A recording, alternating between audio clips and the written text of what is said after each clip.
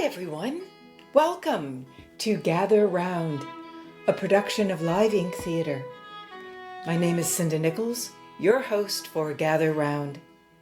Now, whether you are gathering around with a group of friends or family, or with your favorite four-legged, we hope you are comfortable and have everything you need to just enjoy being still, listening, and letting your imagination take you on a journey that soothes and satisfies.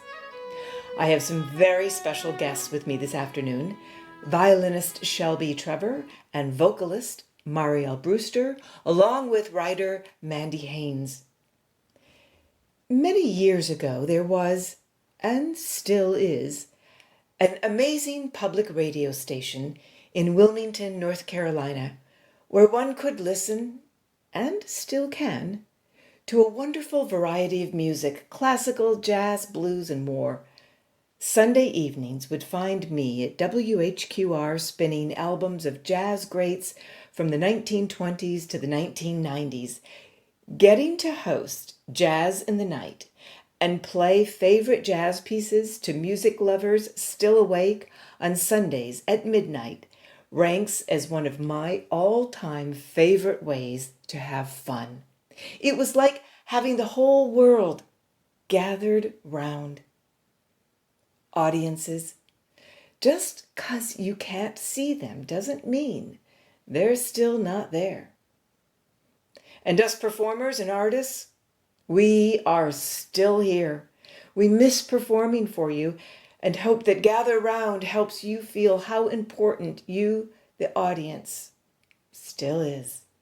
Even if we can't see you, we know you are there. We've gathered together a few of our favorite songs and a favorite short story to share with you. So get comfy, put your feet up, close your eyes, and let your imagination take you on a journey with exquisite violin music, sublime vocals, and a short story to renew your faith in the human heart.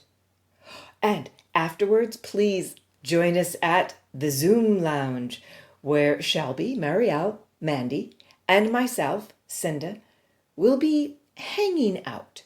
We'd love to chat with you about the show and hear your comments and answer any questions. After all, what's a show without the chit-chat afterwards? And now, let's gather round. And now, please give a warm welcome to vocalist Marielle Brewster and violinist Shelby Trevor. Hi, I'm Marielle. And I'm Shelby. And we are a husband and wife duo, musicians. We're going to play a couple of folk songs that we felt paired well with Mandy's wonderful story, Picking Up Puppies. We're going to start by playing Red is the Rose, which is a traditional Irish song. So I hope that you enjoy our version of Red is the Rose.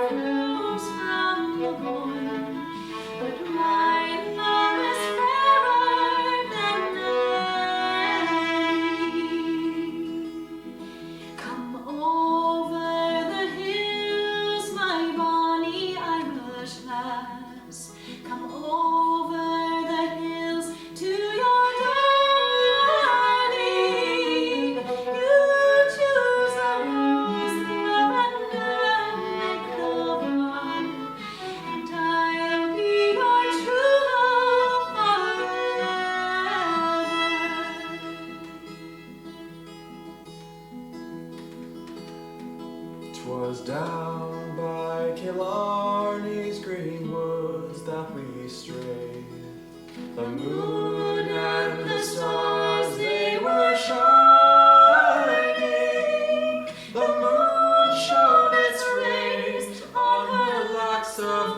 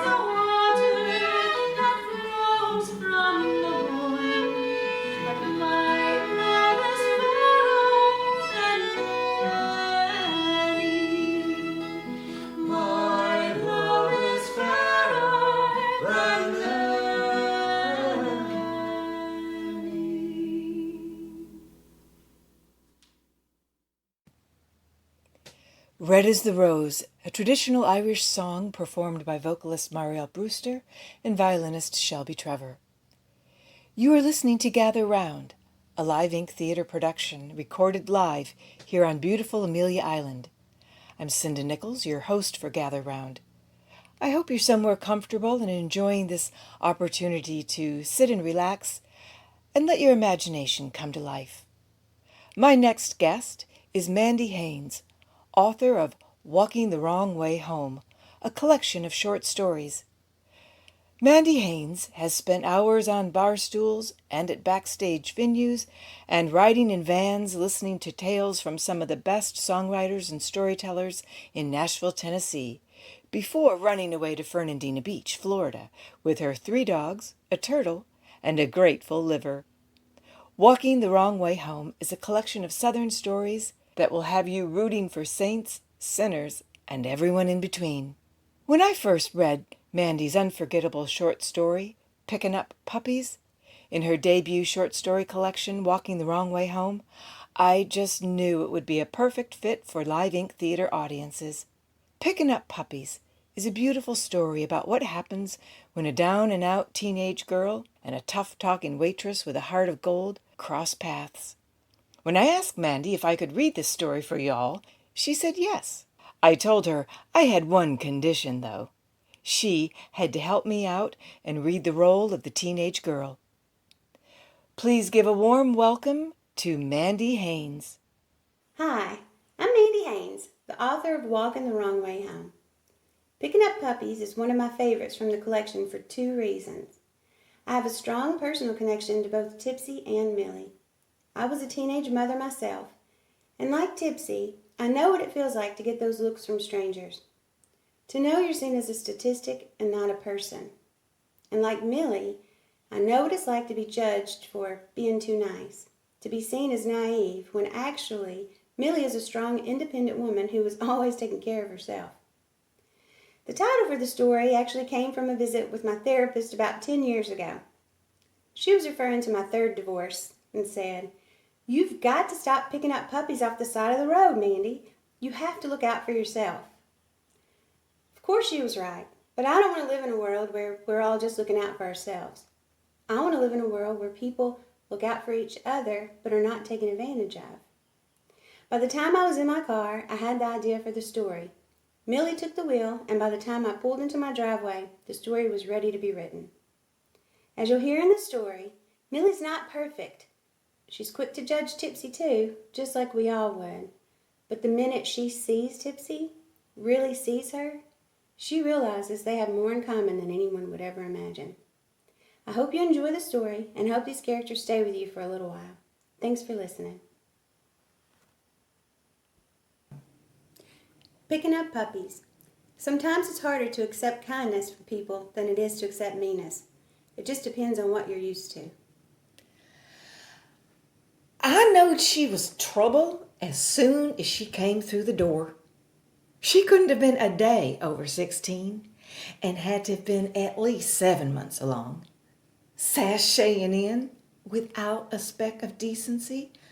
No shame at all in the way her short dress stretched across her round belly. She didn't even try to hide it. Not to mention all that eye makeup. Lord, she looked like a raccoon. I watched her from the kitchen where I'd stepped back to sneak a quick puff or 2 off my menthol. I'd officially quit 3 years ago, but every once in a while, especially on Thursdays when Clayton's bunch came in for lunch, I still needed some nicotine. Those men would cause Mother Teresa to cuss. As I stood there, staring through the window in the wall between the kitchen and the bar, she walked up to the counter and climbed onto a stool.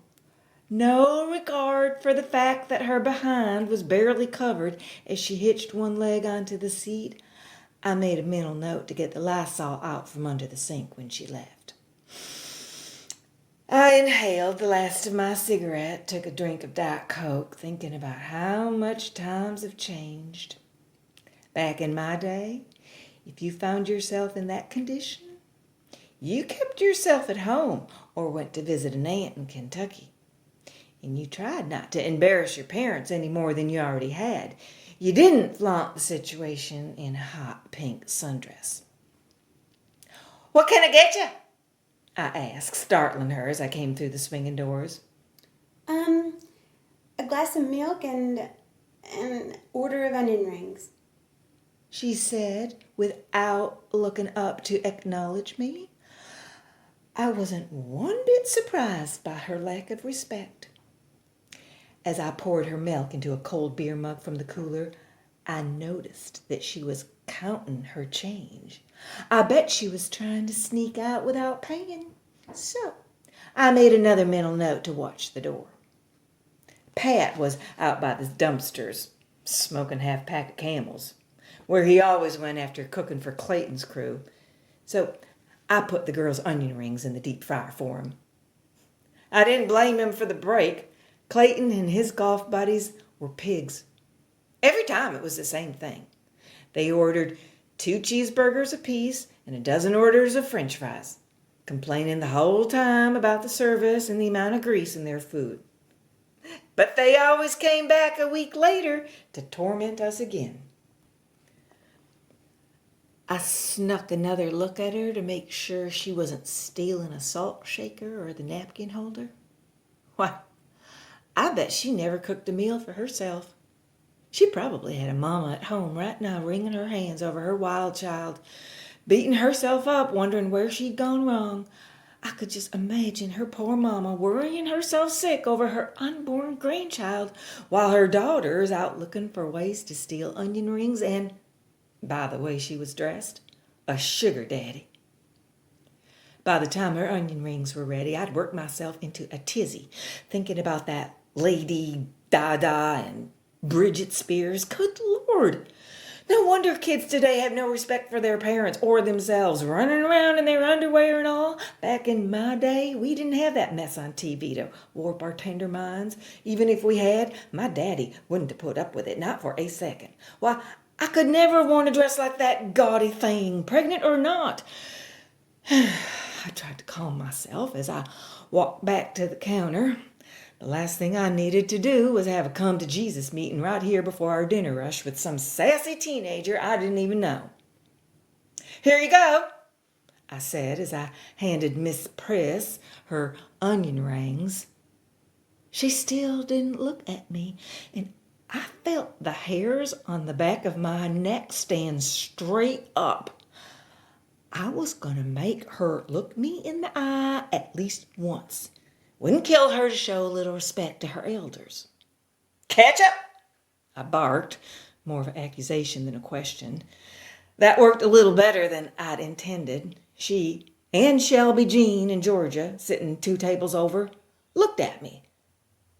It was then that I noticed right away that I'd mistaken for too much eye makeup was bruises that were starting to fade. I didn't have to look twice to make sure, 'cause Lord knows I'd seen them same eyes staring back at me from my own mirror. I felt my stomach drop clear to my feet and a tightness creep across my chest. I put my hand on my heart to stop it from fluttering. Sights like that were always hard for me to ignore. Looking at her face was like looking at a ghost from my past. "Lord, don't I look a sight?" She exclaimed when she saw my shocked expression. "I ran right into my bedroom door a couple of nights ago." She paused with a funny laugh, complete with a snort. It sounded genuine. If I hadn't laughed that same laugh for years, I might have been fooled by it. But I knew better. I just about knocked myself plumb out. I'd hate to see the door that does that to a person, was all I could find to say. My mind was racing 110 miles an hour. It felt like the room was turning upside down. I guess I'd been sitting pretty high up on that horse, and the trip down wasn't pleasant. She took a drink of her milk and shook her head, her smile starting to fade. How much is a cheeseburger?" She asked to change the subject. I realized I'd never asked her if she wanted to see a menu. Talk about a lack of manners. But In my defense, that shiny pink material stretched near to bursting over her belly had distracted me. $2.49, I replied, and got her a menu, taking a couple of deep breaths to calm myself. Oh, thank you, but I bet I won't be able to eat one after this big glass of milk and all these onion rings. We both looked down to her empty plate. She cleaned her plate faster than anyone in Clayton's crew ever had. There wasn't a crumb on it. The poor kid must have been starving. I'll just have to get one next time. Would you like another glass of milk? She shook her head, but I got her one anyway. I noticed Pat was back at his spot in front of the deep fryers listening in on our conversation, but if he had something to say, he kept it to himself. Refills are free, I told her as I set the fresh mug in front of her. She looked back down at the counter, and I realized what I'd taken for lack of respect was plain old-fashioned shame, pure and simple. My name is Millie. I held out my hand, and she took it, her grip surprisingly strong. I'm Tipsy. My name is Tipsy. Nice to meet you. What kind of name is Tipsy? I asked before I had time to stop myself. One that usually needs to be repeated a couple of times before people believe it's my real name. My mama, she's real cut up. Where is your mama? I wondered, what kind of woman would name her kid Tipsy? She's around here somewhere. Last time I talked to her, she was over in Friendship. She wasn't there when I called this morning. I thought she might have come here. She said something about a job at the bar right down the road. She's a real good cashier, a people's person, you know. But I finally got a hold of her boyfriend, and he said she'd gone down to Mobile with one of his buddies for a week or two. So, I almost said out loud, that's the kind of woman that would name her baby daughter Tipsy. A real people's person from the sound of it. Boy, had I pegged her wrong. While Tipsy stopped to take a big gulp of milk, I realized just how much we had in common. She had a lot to get off her chest, and it sounded like she hadn't had anybody to listen. Nobody probably ever cared enough to ask her how she felt about anything. Well, anybody that knows me knows I don't mind asking a question or two. Do you have any other family? I knew I was being nosy, but I was downright curious. Who was taking care of this child, and who was going to take care of the one that would be here in a couple of months, or sooner? I had a lot of questions, and she didn't seem to mind my asking. I have a sister. She nodded. She's 2 years older than me, but she left last week to go to California. Why didn't you go with her? She looked up at me, and I noticed that one eye was green and the other one was blue. I hadn't noticed much about them until then, except for the bruises. She shrugged right as the bell hanging over the front door chimed, letting me know I had another customer. I'd never been so happy to hear that bell in my life. I needed a minute or two to collect my thoughts. I was flat out perplexed. I'd never been so wrong about a person before, if you don't count Raylan. And I was conflicted. I didn't want anyone here to misjudge her like I had. Suddenly I felt very protective of Tipsy. Good afternoon, Bobby, I said a little too loud to the man in faded overalls, causing him to jump. He recovered and made his way up to his regular place at the counter, nodding as he passed. Bobby wasn't much of a talker. Usual? I put in an order for a cheeseburger and a bowl of vegetable soup before taking a mug out of the freezer. Bobby's been coming here every Tuesday and Thursday for years. He always orders a grilled cheese sandwich, bowl of soup, and 2 cold Budweisers, which he'd eat and drink while he read the paper. I poured his beer, watching the ice float up to the top of the glass, while I thought of how to ask Tipsy the next question. Hell, I ain't never tiptoed around no one before. Figured now wasn't the day to start. I put Bobby's beer down in front of him and looked at Tipsy. What about your, I didn't know what to call the fellow that was partly responsible for her predicament. So I gave up and pointed towards her belly. Oh, well, he wasn't who I thought he was. She touched her right eye gingerly and sighed. My baby deserves better than that. And so do you. I felt another flutter in my chest, but this felt like something coming loose instead of tightening up.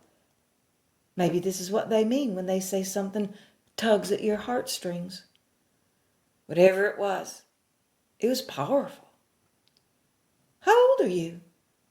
She was young, but she had more sense than me after I'd been married to Raylan for years. It took me a long time to realize that I had a choice in what I deserved. 16. Tipsy sighed, lowering her voice to almost a whisper. In 2 months. Where are you staying? I asked straight out. The pitiful thing wasn't even old enough to have a driver's license. I have a friend who's let me stay in her room until her parents get back from vacation. It's real nice. Where's your friend staying? At her boyfriend's apartment. I rolled my eyes but kept my mouth shut. Tipsy giggled. I know, right? She has the nicest house. Her room has that white and gold furniture that I always wanted, and her bed has lace hanging over it like a princess's or something fancy. But she hates it and says it's a baby's room. We both looked down at her belly. If only my baby could be so lucky. She patted him or her, smiled at me. What are you going to do when they come home? Order up! Pat shouted through the window so I didn't get to hear an answer, if there even was one. I picked up the order and took it over to Bobby. Dang it! Pat's getting senile. I'll be right back with your sandwich, Bobby. I put his soup in front of him and was surprised by the grin on his usually surly face. Bobby might not be much of a talker, but he was paying attention. I walked the cheeseburger back to the window. Pat, I need a grilled cheese, I said, and held up the burger, giving him a wink and a nod. It says right, you need to get your glasses checked. Since when does Bobby eat cheeseburgers? I stared him down since the wink hadn't worked, and he knew better than to argue. Instead, he lit a Camel right in front of the window, knowing dang good and well that nobody was supposed to smoke inside. I let it go. After all, I owed him one for the stunt I'd just pulled. Pat doesn't make mistakes in the kitchen. Ever. Here, Tipsy, I know you're not hungry, but it'll go in the trash if you don't eat it, and that'd be shame. Pat makes the best burger in the state of Tennessee. I glanced over my shoulder at Pat to see if he heard the compliment. He must have. He answered with a smoke ring in my direction. Thanks. Tipsy answered quick, grabbing the burger up before I had time to set the plate all the way down on the counter, completely forgetting to act like she wasn't hungry. I picked up the pitcher of sweet tea and walked over to table 4. My mind was racing as I refilled Georgia and Shelby Jean's red plastic drinking glasses. Had Tipsy seen a doctor? Was she planning on keeping her child? I mean, if she wanted to, how could she? Was she in school? Did she want to be if she wasn't? And did her selfish, ignorant mama even know that her baby girl was pregnant? Would she care?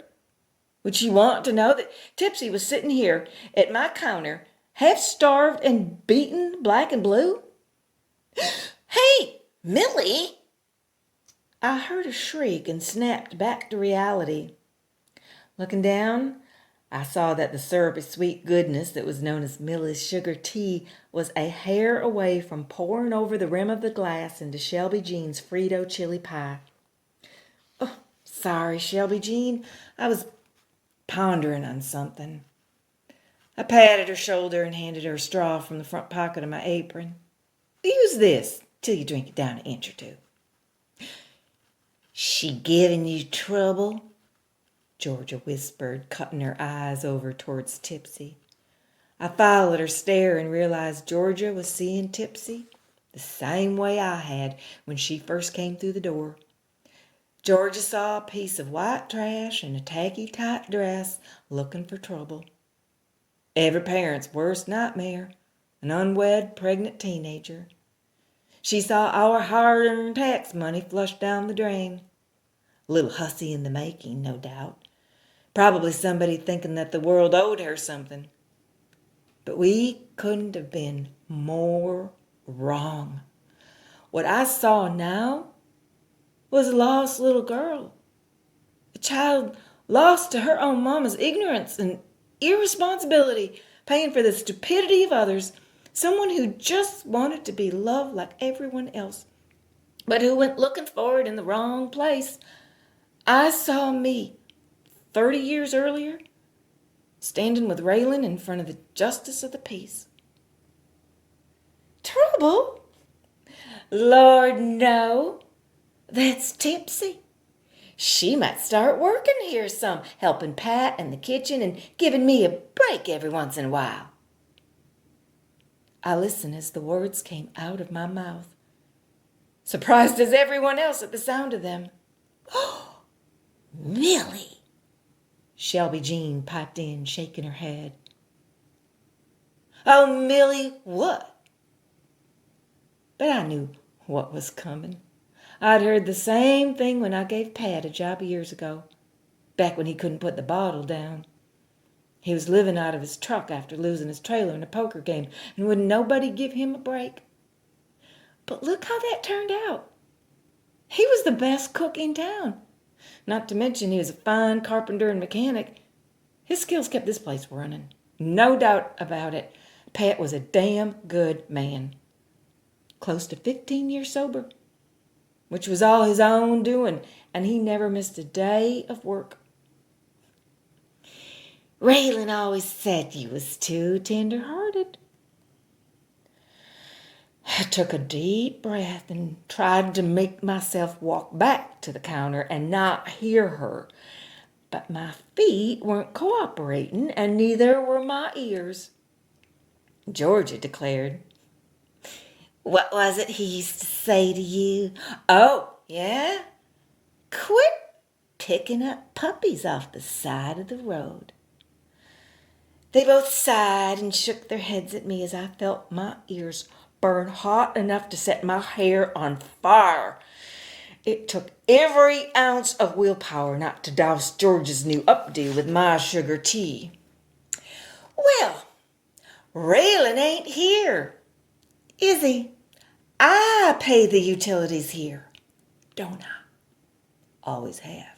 And if I want to hire extra help, it's my business. Raylan can go to hell. I stopped right there and felt my shoulders relax. Then I aimed my grin at both those biddies. Oh, wait. He's already there. Georgia and Shelby Jean gasped at the same time, sucking in so much air I felt the pressure drop in the room. See, my husband, Raylan, died a couple of years ago when his heart gave out. He was a real piece of work. He left my face like Tipsy's, more times than I could remember.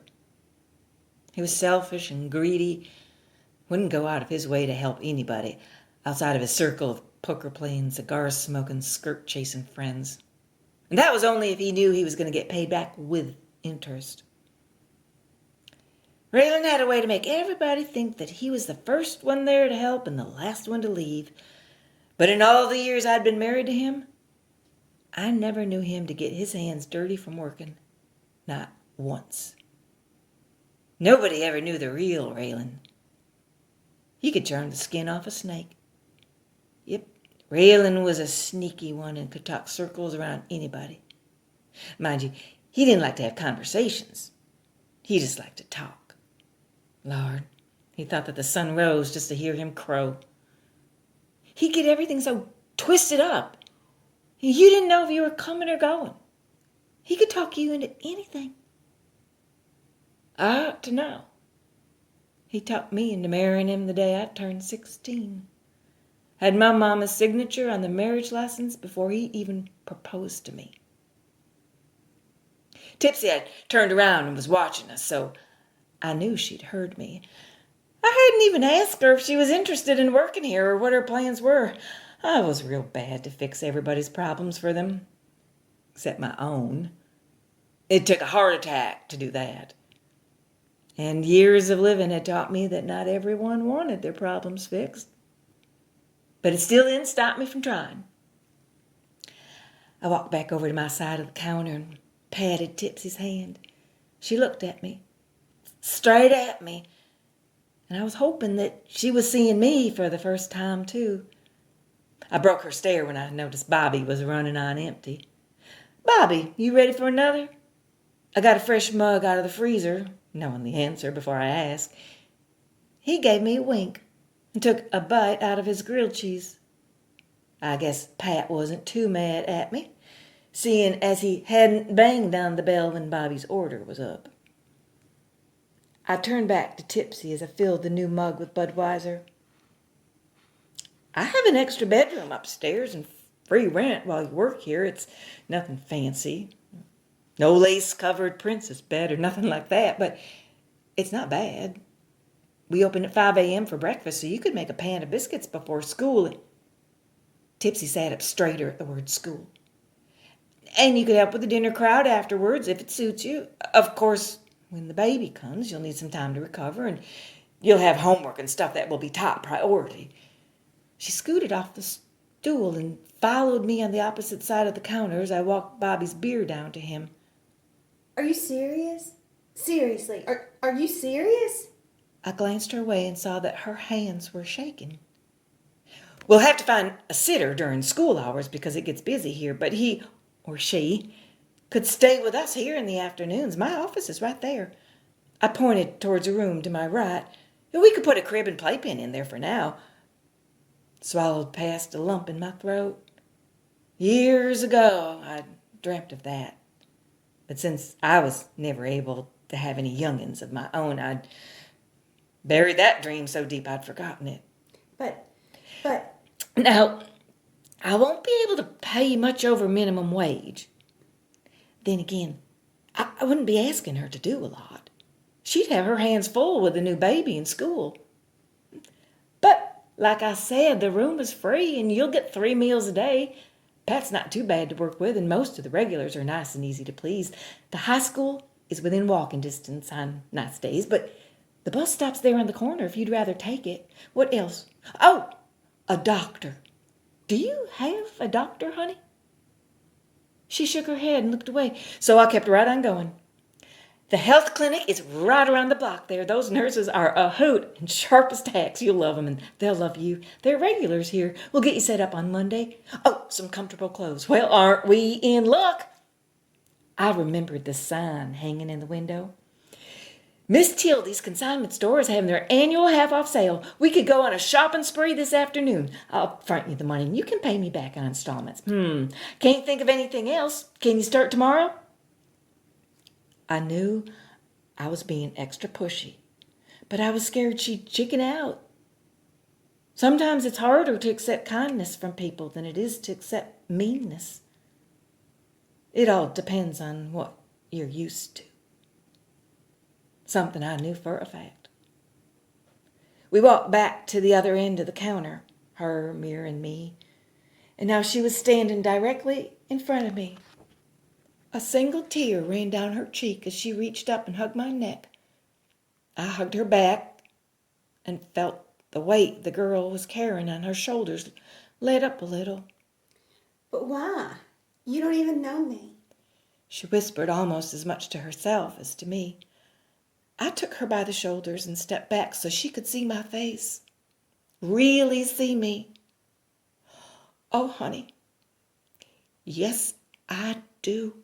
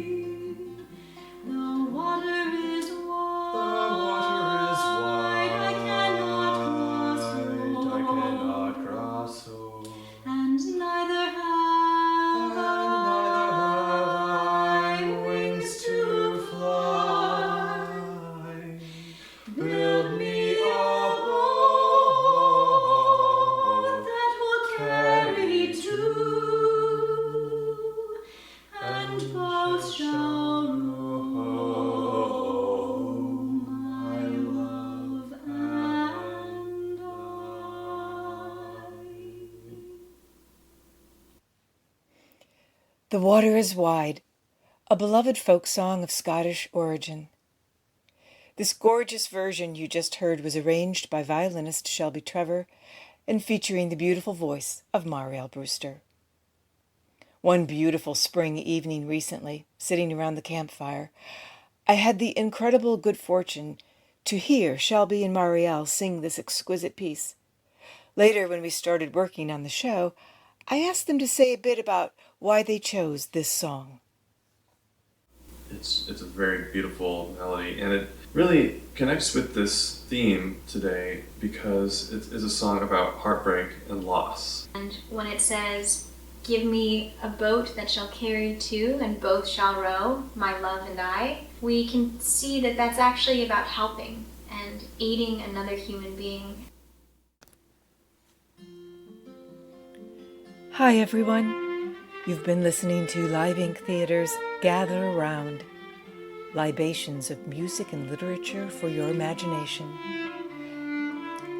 A big thank you to violinist Shelby John Trevor, a performing artist, teacher, composer, director who looks past genres and encourages self-awareness through art.